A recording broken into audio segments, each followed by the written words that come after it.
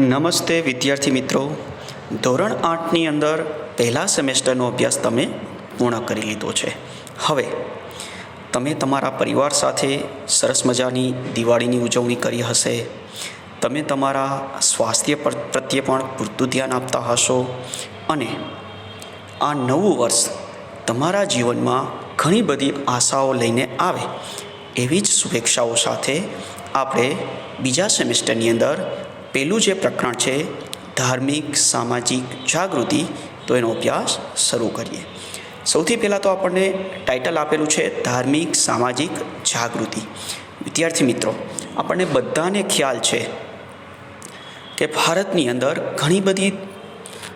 ઘણા બધા ધર્મો પાળતી પ્રજા વસે છે, જેની અંદર હિન્દુ, મુસ્લિમ, જૈન, બૌદ્ધ, પારસી, ખ્રિસ્તી વગેરે. અને બીજો શબ્દ વાપરેલો છે સામાજિક, મતલબ આપણો સમાજ, ભારતીય સમાજ. તો અગાઉના સમયગાળાની વાત કરેલી છે કે ભાઈ ભારતના જે ધર્મો છે, ભારતીય જે સમાજ છે, એની અંદર ઘણા બધા દૂષણો હતા, ઘણા બધા ખરાબ રિવાજો હતા. તો એ કઈ રીતે એમાંથી આપણો સમાજ બહાર નીકળે છે એની વાત આ પ્રકરણની અંદર કરવામાં આવેલી છે. તો જોઈએ વિદ્યાર્થી મિત્રો, 19મી સદીમાં ભારતીય સમાજ અંધશ્રદ્ધા, વહેમો, અજ્ઞાનતા, કુરિવાજો, જ્ઞાતિ પ્રથા જેવા અનિષ્ટોની ચુંગાલમાં ફસાયેલો હતો. વિદ્યાર્થી મિત્રો, અહીંયા 19મી સદીની વાત કરેલી છે. અત્યારે 21મી સદી ચાલે છે. સદી મતલબ 100 વર્ષનો સમયગાળો. એટલે કે આજથી લગભગ 200 વર્ષ પહેલાંની અહીંયા વાત કરેલી છે કે ભાઈ ત્યારે ભારતીય સમાજની અંદર અંધશ્રદ્ધા. તમને એક ઉદાહરણ આપું છું કે આપણે કોઈ ઈશ્વરના ધામમાં જઈએ, ત્યાં નાળિયેર ફોડીએ, ધરીએ, તો એ આપણી શ્રદ્ધા છે. પણ કોઈ આદિવાસી પ્રજા છે, એ કોઈ બકરાની બલિ ચડાવે છે, કોઈ મરઘી ધરે છે, તો એ અંધશ્રદ્ધા છે. બરાબર ને બાળ મિત્રો? ત્યાર પછી બીજો શબ્દ આપેલો છે વહેમ. એનો સમાનાર્થી શબ્દ શું છે? શંકા. કે ભાઈ ખરેખર એવું કાંઈ હોતું જ નથી, પણ આપણા મનની અંદર પ્રવૃત્તિ, આપણી જે શંકા છે, બરાબર, એવી કોઈક વસ્તુ નથી હોતી, પણ આપણી શંકાના કારણે આપણે એવું વિચારીએ છીએ. ત્રીજો શબ્દ અહીંયા તમને આપેલો છે અજ્ઞાનતા. અજ્ઞાનતા મતલબ પૂરતું જ્ઞાન ન હોવું. ત્યાર પછી તો કે કુરિવાજો. કુ મતલબ ખરાબ રિવાજો. જ્ઞાતિ પ્રથા, એ તો અત્યારે પણ જોવા મળે છે અને અગાઉના સમયગાળામાં પણ હતી. તો ભાઈ ભારતીય સમાજ છે એ ઘણી બધી જ્ઞાતિઓની અંદર વહેંચાયેલો છે, જેવા અનિષ્ટોની ચુંગાલમાં ફસાયેલો હતો. અનિષ્ટો મતલબ દૂષણો, ચુંગાલ મતલબ જાળ. તો કે ભાઈ ભારતીય સમાજ છે, ખાસ કરીને ક્યારની વાત કરી છે? 19મી સદીની. કે ભાઈ 19મી સદીમાં ભારતીય સમાજ છે આવા ઘણા બધા દૂષણોનો ભોગ બનેલું હતું. સંકુચિત અને કૂપમંડુક સમાજમાં સ્ત્રીઓની સ્થિતિ બદતર હતી. બદતર મતલબ ખરાબ. સંકુચિત કે ભાઈ જ્યાં વ્યક્તિ છે, જેનામાં કહીને આપણે કે લાંબુ વિચારવાની શક્તિ જ નથી, લાંબુ વ્યક્તિ વિચારતો જ નથી. અને કૂપમંડુક સમાજ. કૂપમંડુક મતલબ કૂવામાંનો ડેડકો. કૂવાની અંદર રહેલો ડેડકો, ભાઈ એને તો એમ જ છે કે આ કૂવાની અંદર જ આખું વિશ્વ સમાયેલું છે, એને બહારની દુનિયા જોઈએ જ નથી. તો 19મી સદીના સમયગાળા દરમિયાન સ્ત્રીઓની સ્થિતિ પણ કેવી હતી? તો આ કૂવામાંના ડેડકા જેવી, મતલબ ખરાબ સ્થિતિ હતી. બાળકીને દૂધ પીતી કરવાનો રિવાજ, સતી પ્રથા, વિધવા વિવાહ નિષેધ વગેરે જેવા કુરિવાજો વ્યાપેલા હતા. વ્યાપેલા મતલબ ફેલાયેલા હતા. કેવા ખરાબ રિવાજો? તો કે બાળકીને દૂધ પીતી કરવાનો રિવાજ. વિદ્યાર્થી મિત્રો, એ સમયગાળા દરમિયાન બાળકીને એક મોટા વાસણમાં દૂધ ભરી અને એની અંદર ડૂબાડી અને આ બાળકીને મારી નાખવામાં આવતી. બીજું કીધું છે આપણને સતી પ્રથા.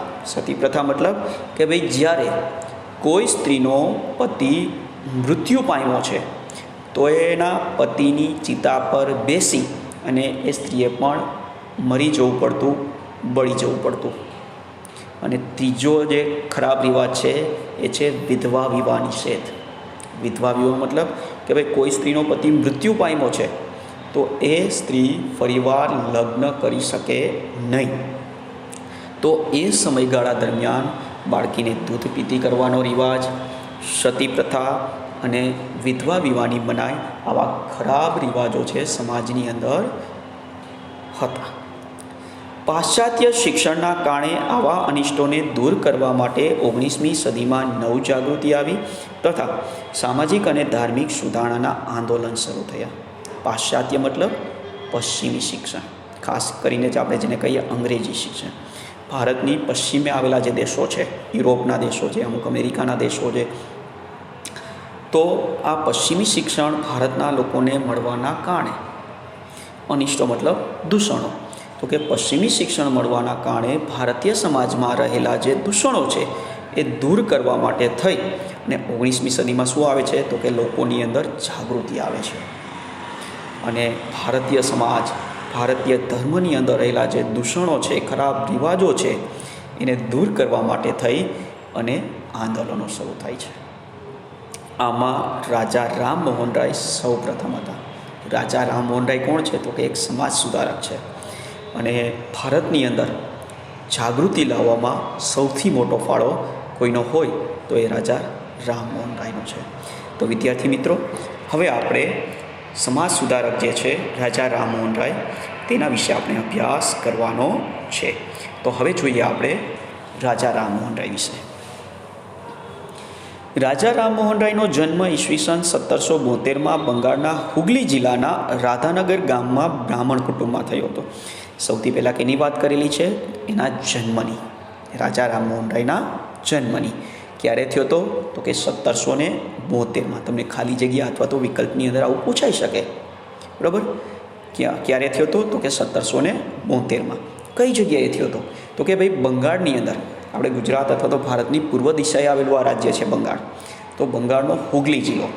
જો હુગલી નામ કેવી રીતે પડેલું છે કે ભાઈ ગંગા છે, ગંગા નદી ઉત્તર ભારતની અંદર વહેતી આ જે નદી છે, જ્યારે બંગાળમાં પ્રવેશે છે તો અહીંયા એને હુગલીના નામે ઓળખવામાં આવે છે. તો આ હુગલી જિલ્લાના કયા ગામમાં? રાધાનગર ગામમાં એક બ્રાહ્મણ કુટુંબની અંદર રાજા રામમોહન રાયનો જન્મ થયો હતો.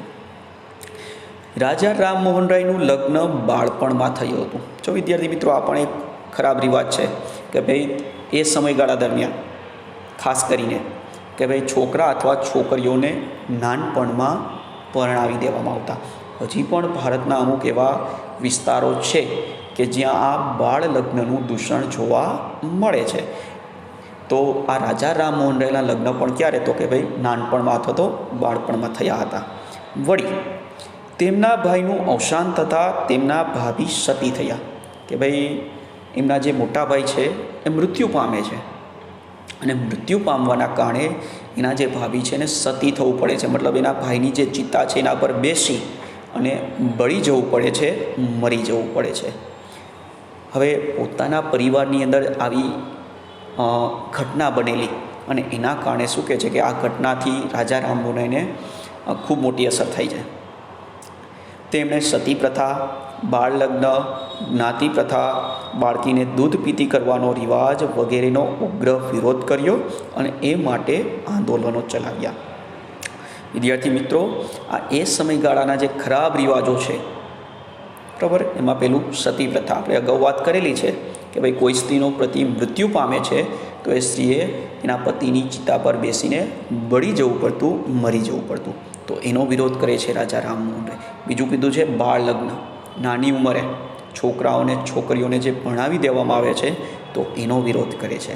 જ્ઞાતિ પ્રથા જે આજે પણ જોવા મળે છે અને એ સમયગાળા દરમિયાન પણ હતી, તો એનો વિરોધ કરે છે. અને પછી કીધું છે બાળકીને દૂધ પીતી કરવાનો રિવાજ. મોટા વાસણની અંદર દૂધ ભરી અને બાળકીને ડૂબાડી અને મારી નાખવામાં આવતી. તો આવા જે ખરાબ રિવાજો છે એનો વિરોધ કરે છે અને એ ખરાબ રિવાજો દૂર થાય એ માટે આંદોલનો પણ શું કહે છે કે રાજા રામમોહન રાય દ્વારા કરવામાં આવે છે. તેમણે ઈસવીસન 1821માં બંગાળીમાં સંવાદ કૌમુદી અને ઈસવીસન 1822માં ફારસી ભાષામાં મિરાત ઉલ અખબાર નામના સમાચાર પત્રો શરૂ કર્યા. છાપા જેને કહીએ છીએ આપણે, વર્તમાન પત્ર. બે જુદી જુદી ભાષાઓમાં, એક બંગાળી ભાષામાં અને બીજું છે ફારસી ભાષામાં. તો વિદ્યાર્થી મિત્રો, એના આધારે આપણે એ પણ કહી શકીએ કે ભાઈ રાજા રામમોહન રાય છે ઘણી બધી ભાષાઓના જાણકાર પણ હોવા જોઈએ. બરાબર. એ 1821માં કઈ ભાષામાં? તો કે ભાઈ બંગાળી ભાષામાં કયું છાપું શરૂ કરે છે? સંવાદ કૌમુદી. અને બીજું છાપું છે એ 1822માં પણ કઈ ભાષામાં? ફારસી ભાષામાં. કયું છાપું? મિરાત ઉલ અખબાર નામનું જે વર્તમાનપત્ર છે શરૂ કરે છે. જો આ વર્તમાનપત્ર શરૂ કરવાનો એનો ઉદ્દેશ શું છે?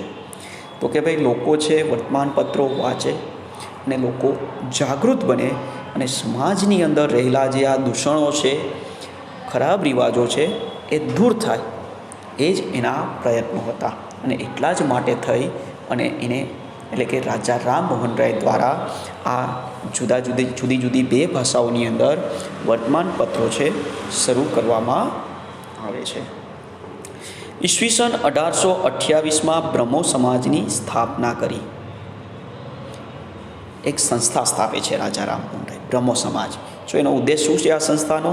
તો કે ભાઈ સમાજની અંદર રહેલા દૂષણો, સમાજની અંદર રહેલા કુરિવાજો દૂર થાય એ માટેના પ્રયત્ન કરવા, એ જ આ સંસ્થાનો મુખ્ય ઉદ્દેશ હતો. કઈ સંસ્થાનો? બ્રહ્મો સમાજ. કોણે સ્થાપેલી? રાજા રામમોહન રાય. ક્યારે સ્થાપેલી? 1828માં. રાજા રામમોહન રાયે કોલકાતામાં હિન્દુ કોલેજની સ્થાપના કરી. જો બાળકો ઉચ્ચ અભ્યાસ લઈ શકે એ માટે થઈ અને કોલકાતા શહેરની અંદર, પહેલાં આપણે કલકત્તા બોલતા, હવે એનું નામ છે કોલકાતા. તો આ કોલકાતા શહેરની અંદર એક કોલેજ સ્થાપે છે. તેમણે અખબારી સ્વાતંત્ર્ય, વાણી સ્વાતંત્ર્ય, સ્ત્રી અધિકાર, વ્યક્તિ સ્વાતંત્ર્ય, કારોબારીથી ન્યાયતંત્રને અલગ રાખવા જેવી બાબતોની બ્રિટિશ સરકારને ભલામણ કરી. ભલામણ કરે છે, વાત કરે છે. કોની સાથે? અંગ્રેજ સરકાર સાથે. કારણ કે એ સમયગાળા દરમિયાન આપણા દેશની અંદર અંગ્રેજોનું શાસન પ્રવર્તતું હતું. કઈ કઈ બાબતોનો અંગ્રેજ સરકાર સાથે વાત કરે છે? તો કે ભાઈ અખબારી સ્વાતંત્ર્ય. અખબાર મતલબ ન્યૂઝપેપર, વર્તમાનપત્ર. તો કે ભાઈ એને સ્વતંત્રતા હોવી જોઈએ, કોઈ પણ લખાણ એ છાપી શકે.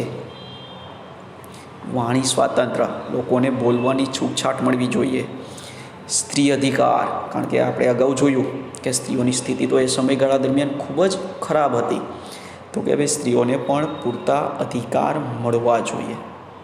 વ્યક્તિ સ્વાતંત્ર્ય, વ્યક્તિને પણ છૂટછાટ હોવી જોઈએ કે ભાઈ દેશના કોઈ પણ ભાગની અંદર એ હરીફરી શકે, રહી શકે.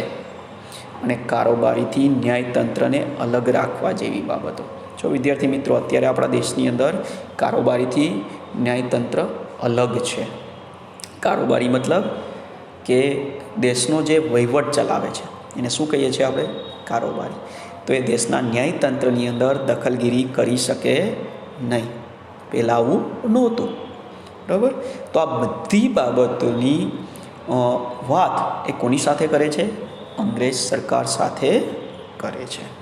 બાજુમાં તમને જે આ સમાજ સુધારક છે રાજા રામમોહન રાય, એનું એક ચિત્ર પણ આપેલું છે, તમે સરસ રીતે જોઈ શકો છો. હવે આગળ જોઈએ. રાજા રામમોહન રાયે સતી પ્રથાના વિરોધમાં ઝુંબેશ ચલાવી હતી. બરાબર. એ સમયગાળાનો એક ક્રૂર રિવાજ જેને કહી શકીએ આપણે. તો આ સતી પ્રથા દૂર થાય એ માટે થઈ અને રાજા રામમોહન રાય દ્વારા ખૂબ જ પ્રયત્ન કરવામાં આવેલા. અને એના જ પરિણામે ઈસવીસન 1829માં જે અંગ્રેજ ગવર્નર છે વિલિયમ બેન્ટિક. જો વિદ્યાર્થી મિત્રો, અત્યારે કેમ આપણા દેશની અંદર વડાપ્રધાન, રાષ્ટ્રપતિ, મુખ્યમંત્રી, રાજ્યપાલ આવા બધા પદો છે, પણ અંગ્રેજોના સમયગાળા દરમિયાન આ ગવર્નર જનરલ શું હતું? તો કે એક પદ હતું. તો આ વિલિયમ બેન્ટિક જ્યારે ગવર્નર જનરલ હતો, તેણે શું કહે છે કે આ સતી પ્રથા ઉપર પ્રતિબંધ મૂકતો કાયદો કર્યો. તમને વિકલ્પ, ખાલી જગ્યા અથવા તો એક બે વાક્યની અંદર તમને પૂછી શકે છે. બરાબર. તો રાજા રામમોહન રાય દ્વારા જે પ્રયત્ન કરવામાં આવેલા અને એના જ કારણે આ અંગ્રેજ ગવર્નર છે વિલિયમ બેન્ટિક, એણે 1829માં સતી પ્રથા ઉપર પ્રતિબંધ મૂકતો કાયદો ઘડે છે. આમ રાજા રામમોહન રાયે 19મી સદીમાં ભારતની નવજાગૃતિ માટેની સામાજિક, ધાર્મિક અને રાજકીય ચળવળનો પાયો નાખ્યો કે ભાઈ લોકોની અંદર જાગૃતિ આવે, સમાજની અંદર પ્રવર્તતા જે દૂષણો છે, ખરાબ રિવાજો છે એ દૂર થાય. તો એની શરૂઆત બરાબર ધર્મની અંદર ગણો, તમે ભારતીય સમાજની અંદર ગણો, અથવા તો એણે અંગ્રેજ સરકારને પણ વિનંતી કરી હતી. એટલે કે રાજકીય દ્રષ્ટિએ પણ તમે જુઓ તો એની શરૂઆત કોના દ્વારા કરવામાં આવે છે? તો કે રાજા રામમોહન રાય દ્વારા કરવામાં આવે છે. દિલ્હીના બાદશાહે પોતાના જાગીરી હક અંગેના કેસ બાબતે રાજા રામમોહન રાયને ઈસવીસન 1830માં ઇંગ્લેન્ડ મોકલ્યા કે ભાઈ દિલ્હીનો જે બાદશાહ છે, મુસ્લિમ શાસક હોય તો એને બાદશાહ શબ્દ ઉપયોગમાં લેવાતો, પણ આપણે જેને રાજા કહીએ કે ભાઈ દિલ્હીનો જે રાજા છે એનો જાગીરી હક અંગેના કેસ બાબતે, જાગીરી મતલબ સંપત્તિ અંગેનો વિવાદ ચાલતો હતો. એ વિવાદનો ઉકેલ લાવવા માટે થઈ અને દિલ્હીનો જે રાજા છે એ રાજા રામમોહન રાયને ક્યાં મોકલે છે? ઇંગ્લેન્ડ મોકલે છે. આમ તો જનરલી બ્રિટન નામનો દેશ આવે છે અને એનું એક રાજ્ય એટલે ઇંગ્લેન્ડ. ક્યારે મોકલે છે? તો કે ઈસવીસન 1830માં. તો દિલ્હીનો જે રાજા છે પોતાના સંપત્તિ અંગેના કેસ બાબતે 1830માં રાજા રામમોહન રાયને ઇંગ્લેન્ડ મોકલે છે. ઈસવીસન 1833માં બ્રિસ્ટોલ મુકામે તેમનું અવસાન થયું, બ્રિસ્ટોલ નામના સ્થળે, કે ભાઈ રાજા રામમોહન રાય મૃત્યુ પામે છે. બ્રહ્મો સમાજે હિન્દુ સમાજની દ્રષ્ટિ બદલવામાં અગત્યનો ફાળો આપ્યો. બ્રહ્મો સમાજ એટલે કે 1828માં રાજા રામમોહન રાય દ્વારા સ્થાપવામાં આવેલી જે સંસ્થા છે એણે દ્રષ્ટિ મતલબ વિચારો, લોકોની અંદર જે જડ વિચારો હતા એ દૂર કરવામાં ખૂબ જ મહત્ત્વનો ફાળો કોણ આપે છે? તો કે આ બ્રહ્મો સમાજ, રાજા રામમોહન રાય દ્વારા સ્થાપવામાં આવેલી આ જે સંસ્થા છે એણે ખૂબ જ મહત્ત્વનો ફાળો આપેલો. હિન્દમાં ધર્મના જડ અને અંધશ્રદ્ધાવાળા વિચારોને દૂર કર્યા. હિન્દ મતલબ ભારત, કે ભાઈ ધર્મની અંદર જડ, જેને કહીએ ને આપણે મૂળિયા નાખી ગયા, ડગી ન કહેવા, બરાબર, અને અંધશ્રદ્ધાવાળા વિચારો. તો ભારતની અંદર ધર્મની અંદર બરાબર આવા જે ખરાબ વિચારો જેને કહીએ એ વિચારોને દૂર કરવામાં રાજા રામમોહન રાય અને એમના દ્વારા સ્થાપવામાં આવેલી આ જે સંસ્થા છે બ્રહ્મો સમાજ, એણે ખૂબ નોંધપાત્ર ફાળો આપેલો.